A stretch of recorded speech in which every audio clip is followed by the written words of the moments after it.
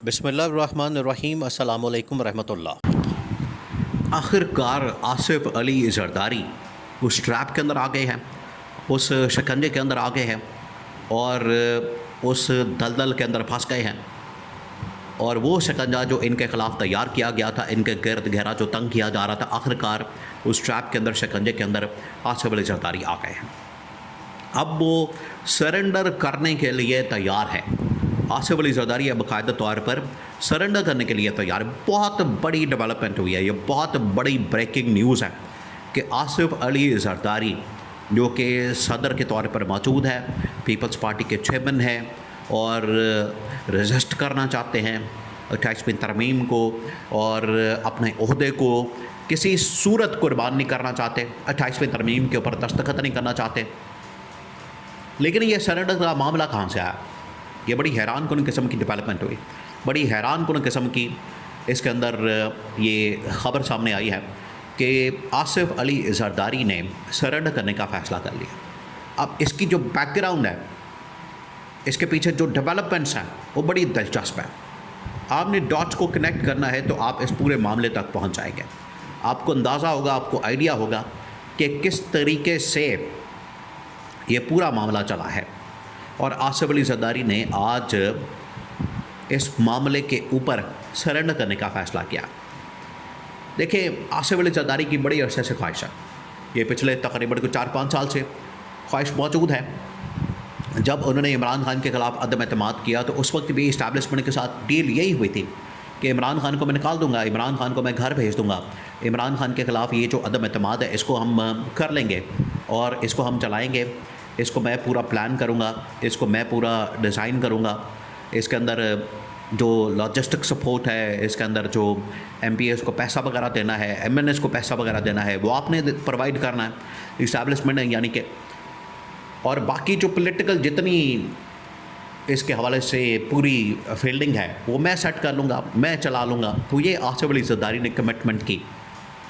Commitment इस बुनियाद के ऊपर हुई थी कि जब इमरान खान की गवर्नमेंट को निकाला गया 2022 के अंदर, कि ये जो 1.5-2 साल का अरसा है, ये 1.5-2 साल का अरसा ये रहेगा शहबाज शरीफ के पास। और जैसे ही अगला इलेक्शन आएगा, जैसे ही अगला इलेक्शन होगा, उस इलेक्शन के अंदर 2024 में जो इंतख़ाबात हैं वो दिए जाएंगे पीपल्स पार्टी को। पीपल्स पार्टी उसके अंदर कामयाबी हासिल करेगी, विन करेगी और उसके बाद पीपल्स पार्टी को गवर्नमेंट दी जाएगी और बिलावल को वज़ीर-ए-आज़म बनाया जाएगा। ये थी असल में वो कमिटमेंट, ये थी असल में इसके पीछे बैकग्राउंड, जिसकी वजह से आसिफ अली जरदारी ने इमरान खान के ख़िलाफ़ अदम एतमाद लॉन्च किए। 2024 के अंदर मामला बिल्कुल उलट हो गया, नवाज शरीफ मैदान में आ गया। उस वक्त की जो इस्टेब्लिशमेंट थी वो जनरल बाजवा की इस्टेब्लिशमेंट थी। अब आप सुनते जाएँ, बड़ी अहम डिटेल्स, बड़े ही हैरान कुन किस्म के इंकशाफात, बहुत सारे लोग इसके ऊपर बात कर रहे हैं और ये बड़े हैरान कुन किस्म के इंकशाफात। 2024 का जैसे ही साल आया तो नवाज शरीफ ने कहा कि इस्टेब्लिशमेंट को लाने वाला मैं हूँ, मैंने जनरल आसिम को लगाया है आर्मी चीफ, मुझे लिहाजा वज़ीर-ए-आज़म बनाया जाए। आसिफ जरदारी ने अपनी जो कमिटमेंट और अपनी जो ख्वाहिश और जो वादा था उसको सामने रखा इस्टेब्लिशमेंट के। यहाँ पर मसला पड़ गया, फटा पड़ गया। तो फिर ये फ़ैसला किया गया इस्टेब्लिशमेंट की जानिब से, जनरल आसिम की जानिब से, कि ना पीपल्स पार्टी की बात मानी जाएगी, ना नवाज शरीफ की बात मानी जाएगी और दोनों में से किसी को वज़ीर-ए-आज़म नहीं बनाया जाएगा। वज़ीर-ए-आज़म हम बनाएंगे शहबाज शरीफ को और इसी को कंटिन्यू करेंगे। तब ये रास्ता निकाला गया। अब आपको समझ आई कि किस तरीके से शहबाज शरीफ की लॉटरी निकली, शहबाज शरीफ किस तरीके से इस पूरे सिस्टम के अंदर ऑपरेट कर रहा है और डिवाइड एंड रूल की पॉलिसी अपना के, डिवाइड एंड रूल की पॉलिसी के मुताबिक वो काम कर रहा है और किस तरीके से आपस में लड़वाता है और फिर उसके बाद पेनिट्रेट करता है और अपना फ़ायदा हासिल करता है। तो ये शहबाज शरीफ काम ये डाल रहा है। उसने नवाज शरीफ को भी वज़ीर-ए-आज़म नहीं बनने दिया, उसने जरदारी की गवर्नमेंट भी नहीं बनने दी और उसकी वजह से जो बिलावल की बारी लगनी थी वो भी नहीं बनने दी और ख़ुद वज़ीर-ए-आज़म बन गया। अब एक बार फिर उस वक्त आसिफ अली जरदारी ने इस कमिटमेंट के ऊपर, वादे के ऊपर, माहदे के ऊपर शहबाज शरीफ को सपोर्ट करने का फ़ैसला किया कि मौजूदा जो इस्टेब्लिशमेंट है जनरल आसिम की, उनके साथ ये मुआहदा किया गया कि ठीक है, मैं शहबाज शरीफ को सपोर्ट करता हूँ, इसके गवर्नमेंट को सपोर्ट करता हूँ, उनको बनाने में, गवर्नमेंट को बनाने में, इत्तेहादी गवर्नमेंट बनाने में मैं सपोर्ट करने के लिए तैयार हूँ। लेकिन उसके बदले में 2.5 साल का टेन्योर होगा, नून लीग के पास 2.5 साल का टेन्योर होगा, पीपल्स पार्टी के पास। अब जो 2.5 साल का नेक्स्ट टेन्योर होगा, जिसकी बारी आ गई है, 2.5 साल मुकम्मल हो गए, बजट बिल्कुल लास्ट बजट, ये टाइमिंग पूरा प्लान करके कि 2.5 साल के बाद लास्ट बजट पेश करके अगला जो 2.5 साल और अगले जो 2-3 बजट हैं वो फिर पीपल्स पार्टी की गवर्नमेंट और उसमें बिलावल को बतौर वज़ीर-ए-आज़म लॉन्च किया जाएगा। ये थी पीछे बैकग्राउंड।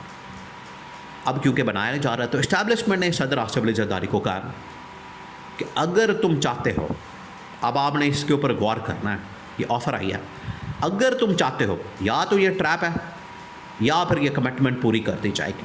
अगर तुम चाहते हो कि बिलावल को वज़ीर-ए-आज़म बनाया जाए, तुम लोगों को गवर्नमेंट दी जाए, तो फिर तुम्हें अपनी सदारत की कुर्बानी देनी पड़ेगी, यहाँ पर फील्ड मार्शल को लाना पड़ेगा, सरेंडर करना पड़ेगा, अपना इस्तीफ़ा GHQ के अंदर आके पेश करो और घर जाओ। ये अब इसको ऑफ़र दी गई है। इसके बाद आसिफ अली जरदारी इस बात के ऊपर एग्री किया। इसके बाद आसिफ अली जरदारी ने इस बात के ऊपर रजामंदी ज़ाहिर की है। उसके बाद ये इस बात के ऊपर आया है कि ठीक है, मैं सरेंडर करने को तैयार हूँ, मैं इस हवाले से मुकम्मल तौर पर सरेंडर करता हूँ, लेकिन उसके बदले में फिर जो बिलावल है, बिलावल को आपने वज़ीर-ए-आज़म बनाना, बिलावल को फिर आपने अगले टर्म के लिए ये जो 2.5 साल है उसके लिए वज़ीर-ए-आज़म बनाना है और 2024 की जो मुआहदा हुआ था वो कमिटमेंट उसको पूरा करना।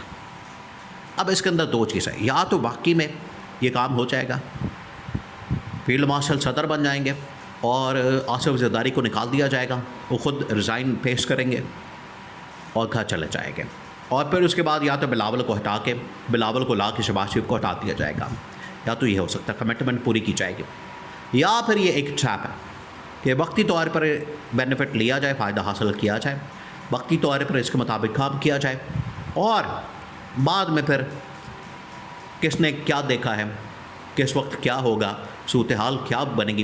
क्योंकि खमद दिलशाद ने यह बात की, ये बड़ी दिलचस्प है, उसने कहा हुआ है कि जो इंटरनल और एक्सटर्नल पाकिस्तान के अंदर भी और पाकिस्तान के बाहर जो बॉर्डर के ऊपर चैलेंजेस हैं इतने बड़े हैं कि जनरल आसिम का सदर बनना बड़ा ज़रूरी है।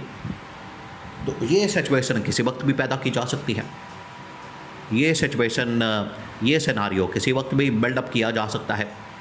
तो उस वक्त कहा जाएगा कि जनरल आसिम को अपना वज़ीर-ए-आज़म लाने की फिर इजाज़त दी जाए। तो ये अब आसिफ जरदारी के ऊपर डिपेंड करता है कि वो कुर्बानी देगा या फिर डट जाएगा। डटेगा फिर बिलावल भी फारग हो जाएगा। तो अब ये ऑफ़र आई है जिसके ऊपर आसिफ जरदारी ने सोच कर जवाब देने का फ़ैसला किया है।